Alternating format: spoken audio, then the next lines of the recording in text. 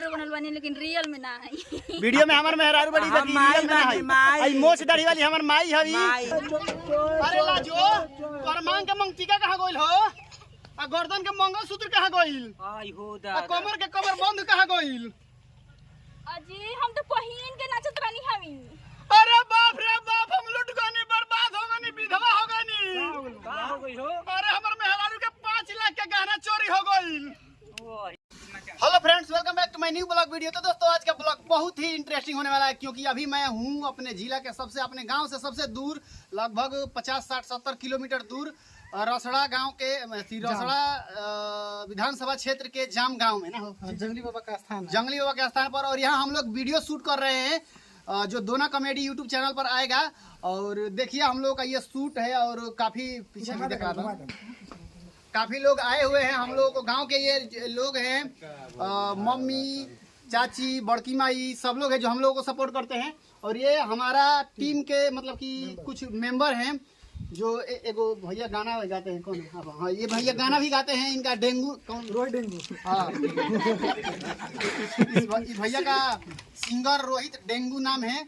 और ये केडी भैया है जो अभी केडी भैया के चैनल पर काम होगा।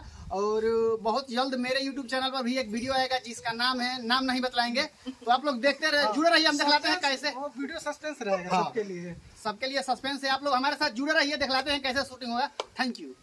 ये साला बोल हमारे मेहरारू संगे क्या करते रहे हो? वो तो नीना की सुधर जा, ठीक बाटे। नहीं तो छोड़ के अपना नैहर चल जाई, फिर रोटी में खटिया बैठ के हिलाई बस। हमारे कैमरा में सीन लिखल बा। अरे साला ते मतलब सब हमारे मेहरारू संगे क्या करते रहे हो? ए भैया, हम भौजी के ना जवानी की क्रिया खा के कहता नहीं, हम खाली भौजी से मोबाइल नंबर लेनी है। अरे बाप रे बाप, मोबाइल नंबर? अरे बाप रे बाप, हम लूट गए, बर्बाद हो गए। अरे दादा रे दादा। दोस्तों तो अभी तक ले आपने देखा इतने बारिश में कैसे कैसे हम लोग शूट किए। उसके बाद अभी लगभग 2 या 3 बज रहा होगा ना, और 1:30 बज रहा है। और सुबह से हम लोग लगातार शूट कर रहे हैं। पूरा हालत खराब हो गया सभी टीम लोगों का, लेकिन हम लोगों का जो अंदर का जज्बा है वो कभी हार नहीं माना है और नहीं हम लोग कभी हार मानेंगे। लगातार हम लोग अपना मेहनत कर रहे हैं। देख सकते हैं सभी लोग हैं। से हाय। और ये special for me because this is my wife for this video. ये मेरी पत्नी है इस वीडियो में, तो आप अपने पति के लिए 2 शब्द कह सकती हैं।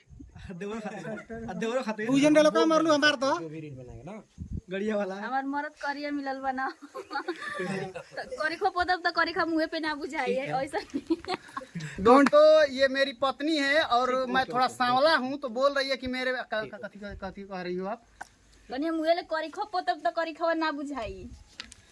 हमारे को बेइज्जती कर। दोस्तों बतलाइए, जब किसी की पत्नी अपने पति को खुद बोलने लगे कि करिया पोतला पर भी तारा मुंह में ना बुझाई, तो कितना बुरा लगता। नहीं दोस्तों, मस्ती मजाक चलता रहेगा। आप लोग हमारे साथ जुड़े रहिए, दिखलाते हैं शूटिंग का ऑल वीडियो। चलिए ये जी हम गहना हमर का भाई कैसे प्रभु जा सर। ये जी हमर पूरा गहना का भाई, हम तो जीते जी मर जाइबे बना लगता कि। ए लाजो तू रो मत। हम गांव के सब मर्द मेहरारू जे भी जाइल बस सबके चेक करम। तार गहना केनियो ना जाई। 1 मिनट रुको, हम सबके चेक करता नहीं।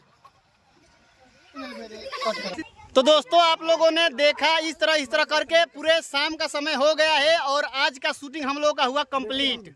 तो सभी लोग इधर आ जाइए, हमारे जितने भी टीम मेंबर थे आ जाइए भैया। आप लोग भी अब आ जाइए, आप भी। हेलो मेरी मेहरारू जी। असल में यह मेरी मेहरारू नहीं है, यह केवल मेरी वीडियो में मेहरारू है। बोल दीजिए आप मेरी वीडियो में अब क्या है? ऐसे तो उनके दोस्त लव यू दोस्ते बन गया वीडियो में। अब वीडियो में तो मेहरारू बनल बानी लेकिन रियल में ना है। वीडियो में हमार मेहरारू बड़ी बाकी रियल में ना है। आई मोछ दाढ़ी वाली हमार माई हवी। आई हमार दूल्हा के भाई मतलब हमारे भाई कहें कि हमारे भाई के बियाह होइल बा। और हई हमार भाई बन, हई हमार बेटा है, दुलरुआ बेटा। अरे और हई हमार हमारा पे गइल बा। ज्यादा ओकर खून तो हमरे बाटे। हौ जौन बड़न हमार बड़का भैया उनकर बियाह भइल ह। और हने कालीचरण भैया बड़न और हऊ पिछवा एगो मोबाइल ले बड़न उ सत्येंद्र भैया उहे कैमरा अथी कैमरामैन उहे रहलानु director plus cameraman all setup वही कंप्लीट किए हम लोगों को। और इस तरह पूरी टीम के साथ आज का ब्लॉग हमारा मतलब कि आज का शूटिंग कंप्लीट हुआ। तो आप लोग ऐसे ही अपना प्यार आशीर्वाद बनाए रखिए। मिलते हैं किसी नए इंटरेस्टिंग ब्लॉग के साथ, तब तक bye bye, take care, love you, bye. तू हमके काहे खातिर मरला? रोज रोज काहे खातिर मरला हमके? एक बार काहे खातिर मरला? मिलते हैं किसी नए इंटरेस्टिंग ब्लॉग के साथ, तब तक bye bye, take care, love you. हमार नाम के बताइए। क्या नाम हम बतला दो, खत्म हो गया। हमार नाम शैलेंद्र बाबर हो। शैलेंद्र बाबर भैया हमन। Thank you. मैं जहरीला शहर श्रवण कश्यप।